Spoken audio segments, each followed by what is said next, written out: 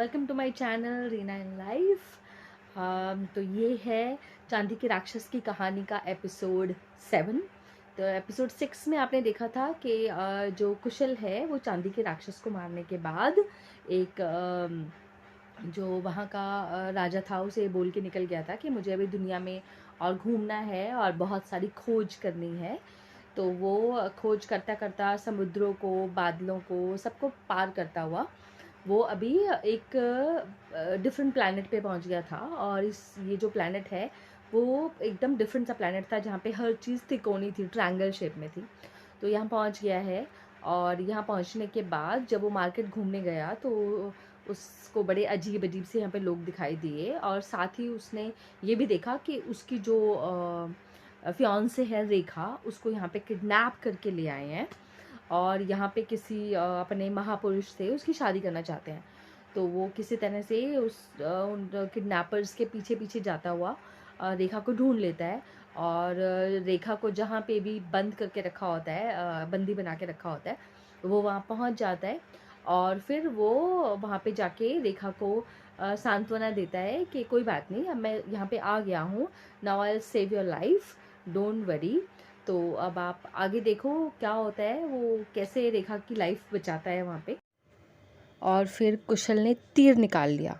महापुरुष ने कहा, चूहे, मेरे शरीर पे एक ऐसे धातु का खोल है जिससे हथियार मेरे शरीर पर नहीं पहुंच सकते हैं। कुशल ने तीर को धनुष पर चढ़ा लिया। महापुरुष फिर बोला, क्यों व्यर्थ में अपने तीर को खराब कर रहा है? तब तक कुशल ने अपना वह चमत्कारी तीर चला दिया। तीर जैसे ही महापुरुष को लगा वैसे ही वो जल के राख हो गया। उसके साथ ही उसके धुएं से महल की दीवारें गलने लगी। वो दीवारें लोहे की बनी हुई थी।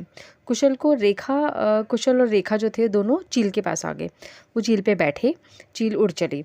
उस तीर की नोक के पास आते ही कुशल ने अपने आखिरी तीर को और छोड़ दिया। वो उड़ने वाली विचित्र वस्तु भी गल के लोहा बन गई। तो अब वो वापस पृथ्वी की ओर चल पड़े। उसने बोला चील को कि पृथ्वी की ओर चलो, और वो पृथ्वी की ओर चल पड़े। रेखा ने कहा, कुशल, मैं बहुत भाग्यशाली हूँ कि मुझे तुम्हारे जैसा पति मिलेगा। कुशल ने कहा, पर तुम्हारी मेरी शादी नहीं हो सकती। तो रेखा ने बड़ी हैरानी से कहा, क्यों? तो उसने बोला कि मैं बहुत छोटी जाति का हूँ। तो उस पर रेखा ने बोला कि पर मेरा बाप भी अपने वचनों से नहीं टलेगा, आखिर वो राजा है। रेखा ने दृढ़ स्वर में कहा, वैसे ये चमत्कार सही हुआ है। हाँ, वो चमत्कारी है। कुशल ने कहा, मैं सोच ही नहीं सकता था कि तुम मुझे यहाँ पे मिलोगी। मैंने तो सोच लिया था कि उस महापुरुष की रानी बनने के पहले लोहे की दीवारों से अपना सिर फोड़ फोड़ कर मर जाऊंगी। चील आवाज़ से भी तेज़ गति से उड़ने लगी और दोनों सो गए। उसी समय आंखें खुली तो देखा कि पृथ्वी के समीप पहुंच रहे हैं। अंधेरा और तारों का संसार जो है वो गायब हो रहा है। तो सूरज की रोशनी नज़दीक आ रही थी। कुशल ने कहा, हम धरती के बहुत नज़दीक पहुंच गए हैं। तो महाराज मोती सिंह मुंह लटकाए हुए बैठे थे क्योंकि उनकी बेटी गायब हो गई थी। तो वो अपनी रानी को बार बार मतलब उनकी जो रानी थी वो बार बार बेहोश हो रही थी और बहुत ही परेशान थी। और वो बार बार रेखा रेखा बोल रही थी और बोल के रोने लगती थी। तो राजवैद्य उसके पास बैठा था। उसने कहा, रानी जी, भगवान पर भरोसा रखिए, सब कुछ ठीक हो जाएगा। रानी ने रोते रोते कहा, यदि मेरी बेटी का आज से 3 दिनों में पता नहीं लगा तो मैं चिंता में जलकर अपने प्राण दे दूंगी। तो राजा ने उसे समझाया, रानी, ये तो तुम्हारी हट है। यदि हमारे भाग्य में संतान का सुख नहीं है तो वो हमें नहीं मिलेगी, और अगर है तो वो कहीं से भी आ जाएगी। तो रानी सुबक सुबक के रोने लगी। आप माँ की ममता तो ऐसी ही होती है। तो माँ अपनी संतान के लिए बलिदान हो जाती है, बलिदान जितने बड़ा से बड़ा बलिदान भी दे सकती है, और उसकी चिंता में बहुत परेशान हो जाती है। तो उसने बोला कि देखो रानी, यह सब परमात्मा के खेल हैं, इसके आगे आदमी हार जाता है। तो अभी वो बातचीत कर ही रहे थे कि एक नौकरानी ने आकर कहा, महाराज की जय हो। तो अब अपने महल पर कोई चील जैसी उतरी है। तो राजा ने उत्साह से कहा, लगता है कुशल आ गया। राजा तेजी से छत की ओर भागा। कुशल ने रेखा को समझा दिया था कि वो चील के भीतर ही रहे, जब वह बुलाए तब आए। तो राजा और कुशल की भेंट सीढ़ियों के पास ही हो गई। राजा ने दुख से कहा, कुशल, हम तो कुएं में गिर गए हैं। तो कुशल ने बोला, क्यों, क्या हुआ? तो उसने बताया कि रेखा बगीचे में से अचानक गायब हो गई है, पता नहीं उसे धरती खा गई या आकाश उड़ा कर ले गया। तो उसने बोला आप ये क्या कह रहे हैं? तो उसने बोला हाँ मैं सच कह रहा हूँ बेटा, रानी का तो रो रो के बुरा हाल है। राजा ने कहा तुम जाकर उसे समझाओ। दोनों रानी के पास आए। रानी ने अपनी प्रतिज्ञा दोहराई। कुशल ने कहा रानी माँ, इसमें हमारा क्या कसूर है? आपका चिता में जलना पाप है। तो रानी ने बोला पाप होने हो या पुण्य हो, मैं अपनी बेटी के बिना जिंदा नहीं रह सकती। रानी ने तड़प कर कहा तुम अपने आप को वीर कहते हो, अगर तुम सचमुच के शूरवीर हो तो अपनी होने वाली बहू को ढूंढ के लाओ। ज़रा सोचो तो सही कि वो तुम्हारी पत्नी है। तो कुशल चुप रहा। रानी ने आंसू पोंछ लिए। उसकी आंखें सूज गई थी। कुशल बोला रानी माँ, ज़रा अपनी बेटी को पुकारिए, ज़ोर ज़ोर से पुकारिए। तो रानी ने बोला तुम मेरा मजाक उड़ा रहे हो? तो उसने बोला नहीं, मैं आपका मजाक नहीं उड़ा रहा हूँ, मैं आपको ये कह रहा हूँ कि एक बार अपनी बेटी को ज़ोर ज़ोर से पुकारिए। तो रानी ने पुकारा रेखा रेखा रेखा, बेटी रेखा, और वो फूट फूट कर रोने लगी। कुशल भाग कर ऊपर गया, वो रेखा को बुला कर लाया। रेखा माँ माँ चिल्लाती हुई नीचे आ गई और माँ से लिपट कर रोने लगी। वो बड़ी देर तक रोती रही। राजा और दूसरे लोग भी रोने लगे। बहुत रोने पर भी कुशल की आंखों में भी आंसू आ गए, बाकी सबको रोता हुआ देख के। राजा ने कुशल को गले से लगाकर पूछा बेटा ये सब क्या चमत्कार है? ये सब भगवान की कृपा है। और कुशल ने सारी बातें बता दी। राजा ने कुशल को बार बार धन्यवाद दिया। रानी तो बस रोती ही रही। उसी समय एक दासी ने आकर कहा महाराज, हमारे सिपाही एक चोर को पकड़ कर लाए हैं। राजा को विश्वास नहीं हुआ। वह बोला हमारे नगर में चोर है? चोर कोई परदेसी है। इस चोर के हाथ पांव काट कर चौराहे पे फेंक दो, हमारे राज्य का यही कानून है। राजा ने नफरत से कहा। कुशल ने उसे रोक दिया। वह महाराज से बोला महाराज, बिना सोचे समझे राजा को इतना कठोर दंड नहीं, किसी को भी इतना कठोर दंड नहीं देना चाहिए। पता नहीं उस इंसान ने चोरी क्यों की है। यह हमारा कानून है। राजा ने बोला। तो कानून बदला जा सकता है, कुशल ने कहा। यह कोई पत्थर की लकीर नहीं है, मैं वहाँ जाकर देखता हूँ। लेकिन महाराज, तो न्याय प्रजा और मनुष्यता की भलाई के लिए है ना। वो न्याय न्याय नहीं है जहाँ पे प्रजा का नुकसान हो।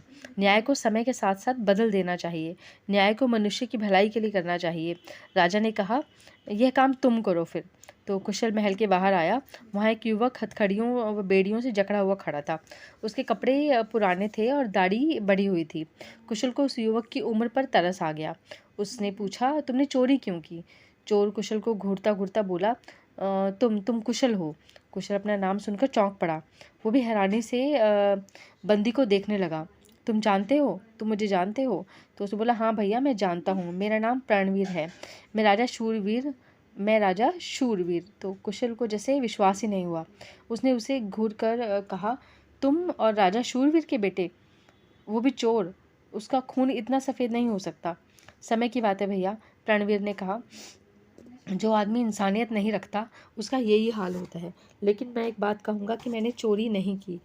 फिर तुम्हें पकड़ा क्यों? तो प्रणवीर उसके समीप आया। कुशल ने उसे बैठने को कहा। वो अपने दोनों हाथों में सिर पकड़कर बोला कल रात मैंने मोतीगढ़ में प्रवेश किया। रात अंधेरी थी। मैं सेठ कमल कुमार की हवेली के पीछे नीम के पेड़ के नीचे सो गया। थका हुआ था, इसलिए मुझे गहरी नींद आ गई। इस बीच दो चोर आए। उन्होंने सेठ की हवेली में सेंध लगाकर माल निकाला। वो दोनों चोर काफ़ी तगड़े और होशियार थे। उन्होंने काले कपड़े पहन रखे थे। जब वो चोरी करके निकले तो मेरी आँख खुली। भागते हुए चोरों ने मेरे पास सेंध लगाने वाली कीलें और एक जेवर डाल गए। बस सिपाहियों ने मुझे पकड़ लिया। कुशल ये बिल्कुल सही है, मैं ईश्वर की सौगंध खाता हूँ। तो कुशल ने कहा नीति ने यह बहुत ही ठीक कहा है कि आदमी जो है वो अपनी हैसियत से हटकर भी कष्ट पाता है, जैसे तुम पा रहे हो। कुशल ने सिपाहियों की ओर देखकर कहा वह राजा का बेटा है, चोरी करना इसका काम नहीं। इन कीलों पर चमड़े के खोल लगे हैं, इसलिए वो खटखट की आवाज़ नहीं सुन सका। फिर चोर चोरी केवल एक जेवर के लिए नहीं करेगा, इसलिए वो आदमी चोर नहीं है। सिपाही सिर झुकाकर चले गए। कुशल अपने महल में प्रणवीर को ले आया। उसने प्रणवीर से पूछा मगर तुम यहाँ कैसे आए? तुमने तो उस पापी पाषाण का साथ दिया था। तो प्रणवीर की आंखों में आंसू भर आए। उसे झुकाकर बोला कोयलों की दलाली में हाथ काले होते हैं। ये मैं समझ गया हूँ। मुझे लालच ने अंधा कर दिया था। लालच बुरी बला है। आप तो जानते ही हैं कि पाषाण ने मुझे आधा राज्य देने का लालच देकर अपनी ओर कर लिया था। मैं भी कर्मवीर और धर्मवीर को बुरा समझने लगा था। सही तो यह है कि हम सब उन दोनों के रूप, गुण, वीरता और उदारता से जलते थे। जब पाषाण की माँ ने तुम दोनों को निकाल दिया, तब वो निर्भय हो गया। दीवान तो उसके साथ ही मिला हुआ था। उन्होंने एक षड्यंत्र किया। एक रात अचानक उन सब ने मिलकर राजा, रानी और राजकुमारों को बंदी बना दिया, जिसमें मैं भी शामिल था। उसने एक एक करके सभी स्वामी भक्त अधिकारियों को पकड़ लिया। इस तरह वह पाषाण अधर्म से मनोहरगढ़ का राजा बन गया। रणवीर की आंखें भर आई। वह हैरानी से बोला, अब तब मेरी आंखें खुली। मैंने उसे जाकर कहा, पाषाण, तुम अकेले राजा कैसे बन गए? तो एक नगर में 2 राजा कभी नहीं रह सकते हैं, पर तुमने मुझको वचन दिया था कि आधा राज्य तुम मुझे दोगे। तो उसने बोला, मेरा वचन तो पानी के मोल बिकता है। पाषाण ने कोरा उत्तर दिया, मैं तुम्हें आधा राज्य क्या, एक हाथ भर की ज़मीन भी नहीं दूंगा। और उसके बाद रणवीर ने बताया कि मैं वहाँ से निकल गया। तो आगे की कहानी सुनेंगे नेक्स्ट एपिसोड में। तब तक के लिए शब्बा खैर, good night, and please like and subscribe my channel for more stories. Thank you.